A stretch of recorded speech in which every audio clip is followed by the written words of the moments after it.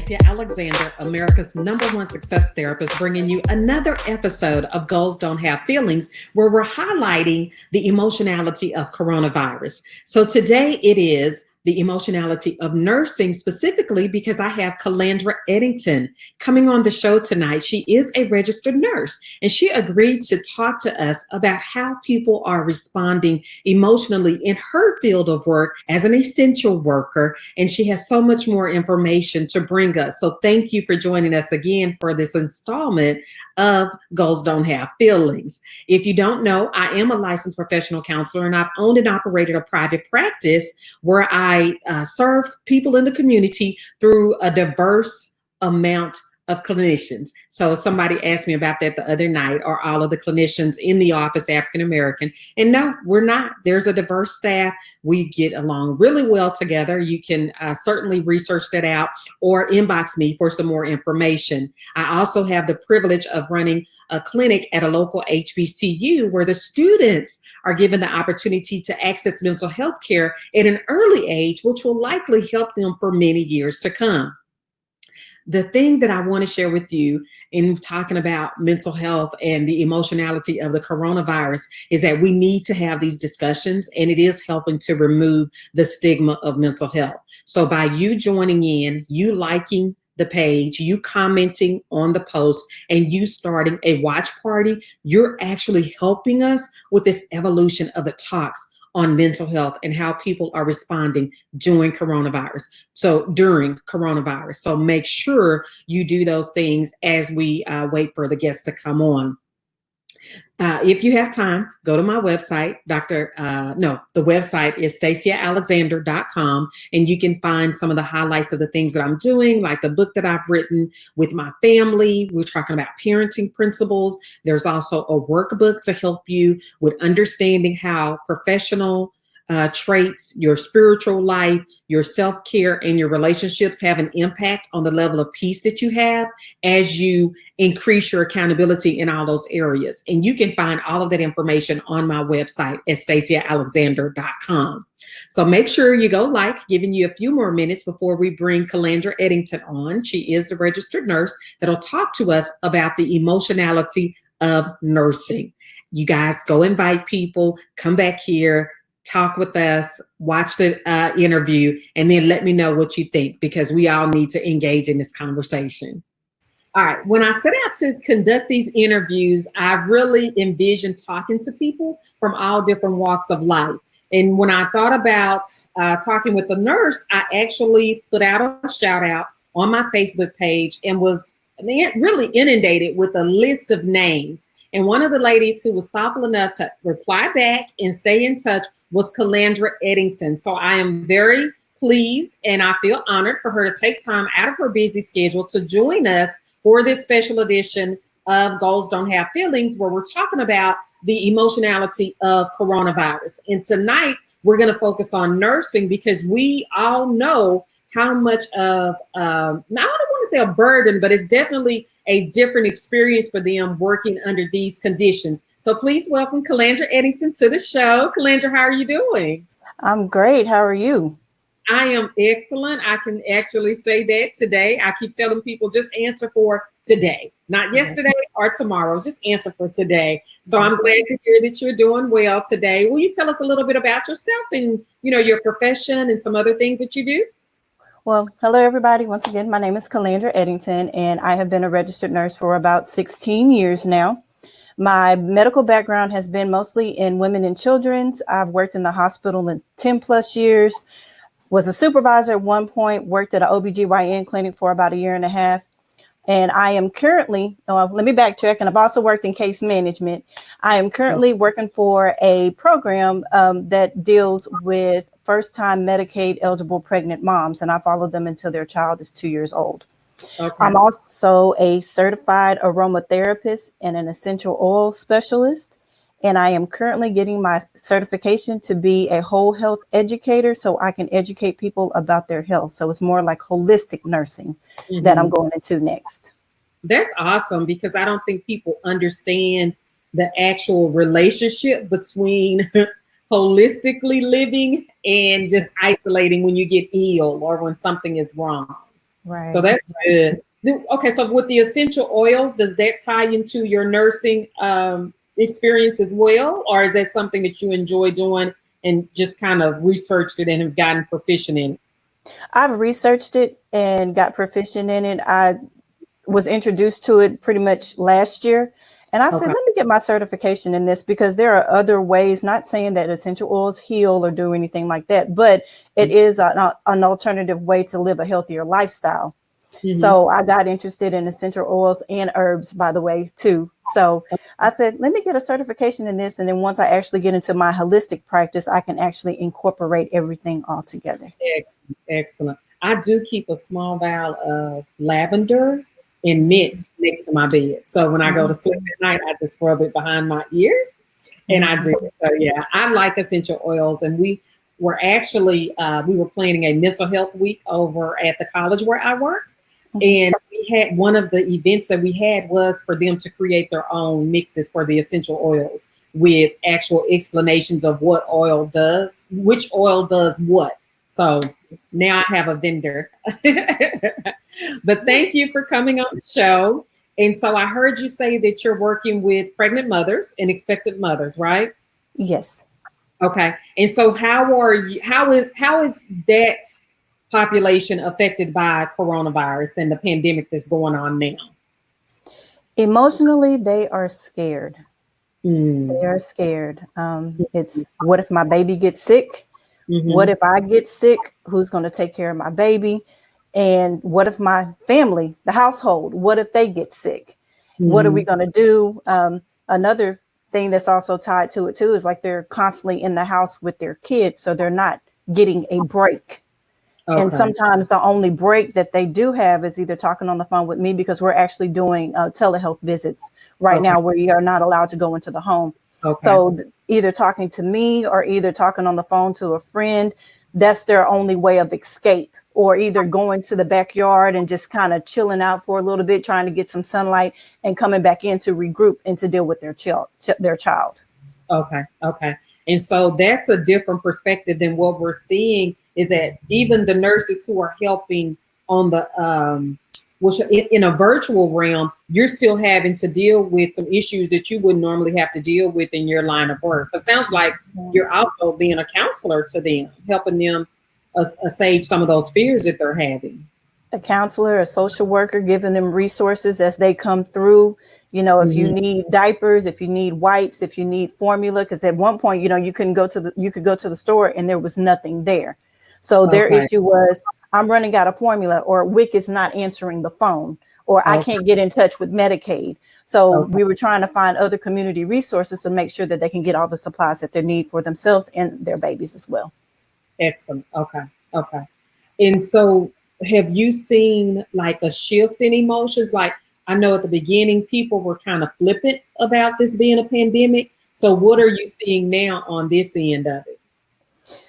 What I'm seeing now is like they're being more serious about it because they are watching the news a lot more. And you watch the news, and all they do is report the deaths, Mm-hmm. or they see the protesting, with the people saying, I want my freedom, I want my freedom. So some of my Okay. clients are confused. Some of my clients are like, okay, I need to really take this seriously. But then at the same time, it's like mentally, I'm not able to handle this because I don't have a place to, I guess you can say, breathe, so to speak. They're overwhelmed. They're overwhelmed. So, from your experience as a nurse, what has been the evolution of the emotional response to the pandemic? Like at the beginning, people were pretty flippant about it, they were dismissive and pretty courageous, if you will. So, what are you seeing now? What I'm seeing now is they are more concerned about getting the virus because they're watching the news or they're on social media and they're seeing how many deaths are being reported. It is now affecting young children Okay. and more than it is than the elderly. See, and I read an article last week that a pregnant mom, well, one pregnant mom, they went ahead and took the baby, like, and so the baby was in a hospital. I did see that one, but I saw another one where the mom did die. She did. So I Oh, don't, okay. yeah, it wasn't in our area. It wasn't in Okay. Dallas area, but it was, and that's because I watching the news, trying to stay up on things and the discussions that are going on. But I do remember them saying this was the first mom that had passed. So you're saying that now that people are hearing more, I guess, close to home stories, that they are fearful. They're starting to get more fearful now. At first it was, okay, I won't be able to get diapers, toilet tissue. When am I going to be able to go to the store? That was their major concern first. Now it's more, what about, it's more about the virus than it is about their necessities than it was at first. Okay. Yeah. And for you, how are you dealing with it emotionally? Because if there's an emergency, you got to go. If one of your pregnant moms has an emergency, what's your role in that? I tell them to go to the hospital. We can't get out whatsoever. Okay. And our home visiting is different from home health. So I probably just need to clarify that we're more on an educational base and we're more of a referral base. Yes. Okay. So I'm not home health. I'm just mostly home visiting where we do education. So if there's any type of emergency, whatever the case may be, we might have to refer to ADAPT. We might have to do a welfare check, have the police officers come out and check on them, or we have to make sure that they go to the hospital. Gotcha. Okay. Yes. And so even sending them to the hospital, you would still have to talk them through. This is not a regular emergency room visit. This is how you take care of yourself. Yes. Yes. A little bit more complicated. Go ahead. No, go ahead. Thank God, let me knock on wood, I haven't had any extreme emergencies right now. I think the only thing that has actually happened was I had a mom that tested high on a PHQ and a GAD. And for those who don't know what that is, those are assessment tools that that assess for postpartum, depression and anxiety. And she tested high, but she didn't want to be referred to MetroCare or any other, mental health service. And she said, well, it's just because I'm locked up in the house and I can't, do my normal routine. So I told her, I said, well, what we can do is I can give you some free apps that you can download on your phone, Calm, Better Health, Talk. And I told her, I said, you need to download those apps. And I said, if it gets to the point where you definitely need to talk to somebody, you need to reach out to me or you need to download those apps. Okay. And so that you were actually hitting it directly from a mental health perspective. Like physically, you're fine, but emotionally, if it gets to be extreme, we do need to get you some help. Yes. Gotcha. Yes. And what she was saying and not wanting to go to MetroCare, for people that don't know, that's a community mental health clinic. So of course there would be more people in that environment than what she would want to be around, right? Yes. Gotcha. Oh, yes. Okay, good. Okay. So what I like to do is also engage in just free thought conversation based on a topic. And this is going to kind of give us some insight into the holistic world, the certification that you're getting and the aromatherapy that you're using, helping people understand how all of these things are tied together. So if you will, go along with me on that, is that okay? That's fine with me. Okay. So the first word is digestion. When you think of digestion, what do you think about in terms of how people live in their health? I listened to a sermon and I forgot the pastor's name, but she was a guest speaker at the Potter's House for TD Jakes. Okay. And she pretty much went through mental health biblically. And she was talking about how mental health was in the Bible. But when she got to the point where she was talking about, you don't have reflux she said, you have reflux or you have indigestion because you're mad, because you're angry. And our emotions and our mental health determine what we eat and how we eat. So sometimes we can't digest our food properly because we ate a whole bunch of carbs, comfort foods, because we were emotionally disturbed. And then our parasympathetic nervous system is being overridden by our sympathetic nervous system. So decreased blood flow is getting to the digestive system. So therefore you can't digest your food properly. Okay. So she tied it all in together. She tied it all in together. And I appreciated that sermon because, there are certain things that you read the Bible, I don't care how many times, but there's always somebody that points out mental health is in the Bible. Right. Throughout the whole Bible. It does. It is once you sit down and actually study it. And what's also so strange, just to take a break, is how long it has taken us to really embrace how much of an impact mental health has on the rest of our lives. Yes, it does. Yeah, it took us too long, if you ask me. Too many people hurting and too many people dying, honestly, because Right. we've had two students, I believe, last week that committed suicide. Mhm. Um, and it's awful. It is just awful. So okay, so then that would lead us to the next word, Okay. which is stress. What does stress do to the body and emotionally from your experience? From my experience, well, and because of what I know, stress increases a hormone called cortisol that is Mm-hmm. secreted from the adrenal glands, which is right above the kidneys. Mm-hmm. And over time, this lovely, and I'm saying this sarcastically, No. hormone um, causes so many health issues. And just to get on the mental point of it, Uh-huh. cortisol causes inflammation around the hypothalamus and causes inflammation in the brain. Okay. So you're wondering why you're forgetting things. It's because you have inflammation in the brain because you're stressed out.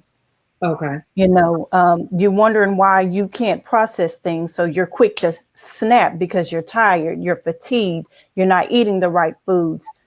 It's because you're stressed out. And I Okay. think a lot of us don't know how to get to that point where we can get grounded, where we can actually center ourselves to keep ourselves from being stressed out. And no is a complete sentence. Right. Right. I That tell people all the time, no, no is a complete sentence. You don't need an explanation. And sometimes I need to remind myself that, you don't need to explain anything. If you don't feel right, if it doesn't seem right to you, mm-hmm. if it goes against your morals, your values or beliefs, or if you definitely just don't want to do it and you think it's going to stress you out, or if you know it's going to stress you out, don't do it. Okay.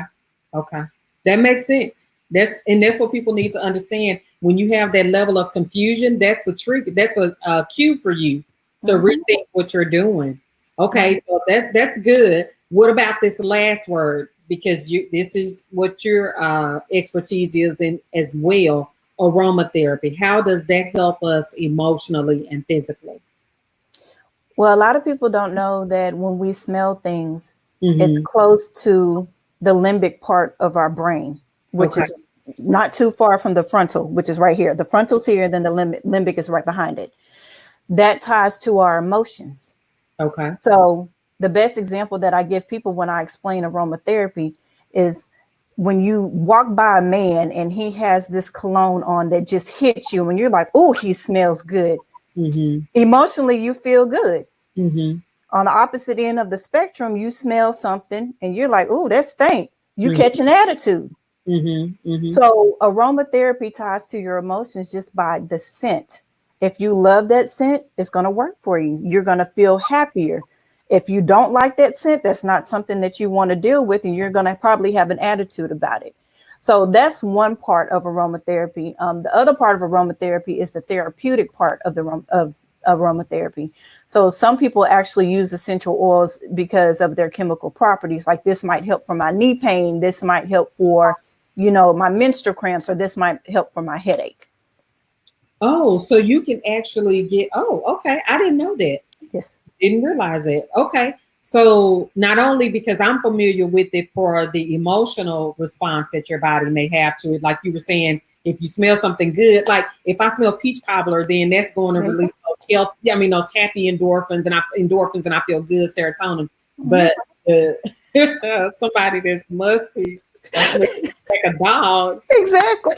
cortisol and stress me You're out. gonna be like, what is that? Yeah, no. Right. Mm-mm. So, but I didn't realize that essential oils could also be used for pain regulation. Oh, okay. Discomfort. Okay. That's good Yeah. to know. All righty. Mhm. So that's good. So we had stress, we have aromatherapy, and then we had one more digestion. So all of those areas, you kind of given us some really good information to make sure that we're paying attention to. Their digestion is really specific because I don't think people truly understand the connection between your diet habits, your nutritional habits, and how you think and you feel.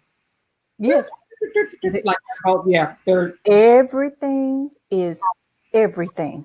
mm-hmm, So when you're talking about digestion, we're looking at your stress level. Okay. So what you eat determines what type of person you are as well. So if you're constantly eating carbs, let's look at your stress level. Why are Okay. you constantly eating carbs? Why are you constantly taking caffeine? Have you gone into chronic fatigue? And See? then your body is like, I'm trying to keep up. I'm trying to keep up. And then on top of that, you're decreasing your immune system all Mhm. at the same time. Right. It's all working. Instead of working with your body, you're working against your body by what Yes. you're putting into it. Mhm. That's good stuff. So I know people will have more questions. How can they reach you through social media or website? Can you give them that information? Yes, I am on Instagram, nursing with nature _wellness. That Oh, is all lowercase. On Facebook, I am Calandra, CALANDRA, RN, and the RN is capitalized. okay. Or you can, my website's a link tree. So you can go on Linktree, linktr.ee Mhm. / nursing with nature. Excellent. Okay. So I'll have to get all that information up and make sure that people reach out to you. I appreciate you coming on. I know this is an odd season for people in your field just because you never know what's going to happen. It's more unpredictable than normal times. Is that fair to say? That is very fair to say. Okay, okay. So I appreciate you coming on here. Thank you. And we will keep in touch, especially as you get your holistic business up. Please stay back in touch and let me know so we can share that with the audience as well. I definitely will, and I appreciate you having me. Thank you so much. You are so welcome. Have a good evening. All right, you too. Okay. Well, there you have it. We've had the opportunity to talk with Calandra Eddington, who is a registered nurse. So she's looking at things from a different perspective than we are. And we all have them in our thoughts and our prayers, and we want the best for them. But actually hearing it from her, that's another matter. So make sure you support her in the other business that she has, which focuses on holistic options for healthcare and managing our health and self-care, as we highlight the quadrant of the accountability series.